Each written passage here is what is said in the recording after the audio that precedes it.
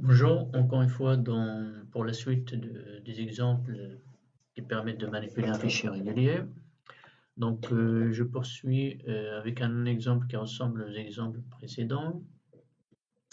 Donc, dans cet exemple-là, je rajoute l'opération d'écriture suite à deux opérations de lecture. D'accord? Donc, je suppose que le fichier régulier que qu'on manipule ici, il contient initialement cette chaîne de caractères. Donc, premièrement, on va essayer de l'ouvrir, d'accord, avec le mode euh, lecture et écriture, d'accord, mode de création et puis les droits. Donc, mode de création et droits ne servent à rien dans notre cas. Je les mets pour juste mettre en évidence qu'on peut toujours les mettre. Mais si le fichier existe, donc ils n'ont aucun effet. Si le fichier n'existe pas, il faut absolument les mettre.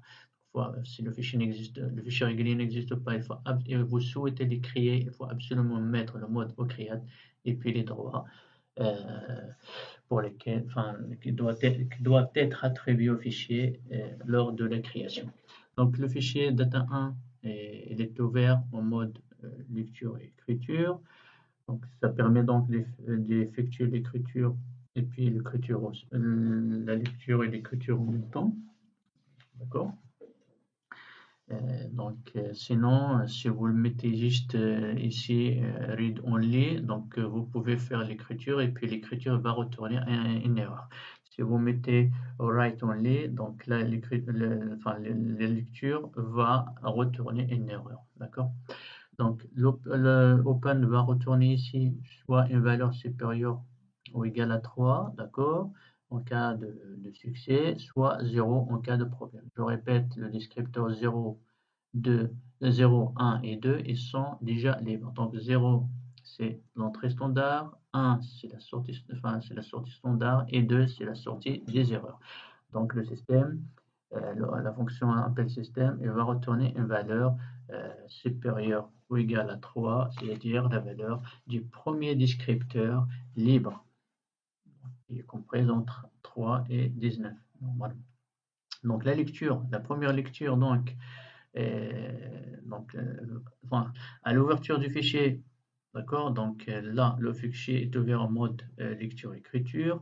Donc, quand on essaie de faire la lecture, donc le curseur, il est positionné au début du fichier, d'accord? D'accord? Donc, pour la lecture, le curseur est positionné à l'ouverture au début du fichier. Donc, là, on nous demande de lire trois premiers caractères qui seront disponibles dans cette zone-là. D'accord? Donc, on va lire premier caractère, deuxième et puis troisième. Donc, dans la zone PTR1, on a trois caractères qui sont disponibles. C'est les caractères qu'on vient de lire, c'est C, E, C. Et puis, le curseur va se positionner sur le quatrième caractère. La deuxième lecture permettra ensuite de lire les trois caractères suivants, c'est-à-dire le caractère I, le caractère espace et puis le caractère E. Donc la zone PTR2, on aura donc I, espace et E. À la fin de la deuxième lecture, d'accord, le curseur se positionne sur le caractère suivant, c'est-à-dire sur le caractère S. Et là, la troisième opération, c'est l'opération d'écriture. Donc, on va écrire une chaîne de caractères qui a une taille de 5. D'accord? Donc, le curseur est positionné sur la lettre S. Donc, l'écriture va commencer à partir de cette position-là. D'accord?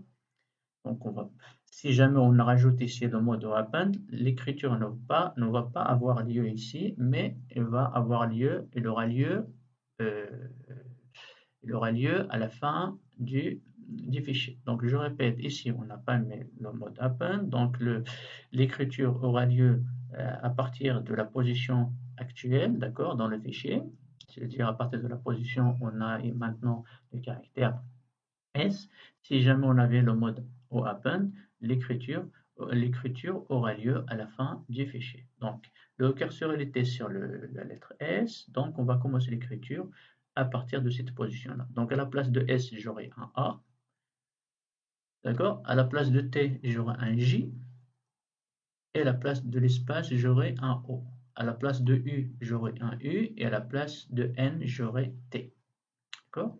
Donc, ces 5 caractères seront écrits en fait à l'intérieur du fichier en commençant par la position du curseur, par la position initiale du curseur, à savoir le curseur a initialement été sur S avant de commencer l'opération d'écriture. Donc finalement, le contenu du fichier il sera le suivant, d'accord? Donc la place du caractère initiaux, donc on aura la chaîne de caractères qu'on souhaite écrire, à savoir la chaîne ajout. Voilà.